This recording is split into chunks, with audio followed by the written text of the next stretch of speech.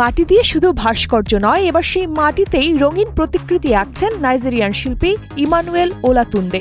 লাগোসের স্টুডিওতে মাটিতে রঙে পরিণত করে তৈরি করছেন একের পর এক ব্যতিক্রমী চিত্রকর্ম।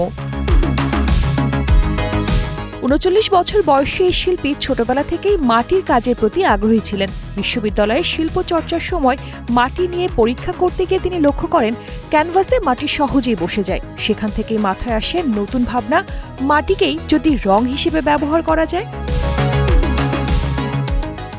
সুস্থ জীবন,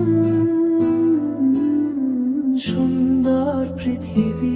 বিজ্ঞানের শিক্ষাকে কাজে লাগিয়ে ওলাতুন্দে মাটির তরল উপাদান প্রক্রিয়াজাত করেন। পরে এতে বিভিন্ন ধাতব অক্সাইড ও উপাদান মিশিয়ে তৈরি করেন নানা রঙের পেইন্ট।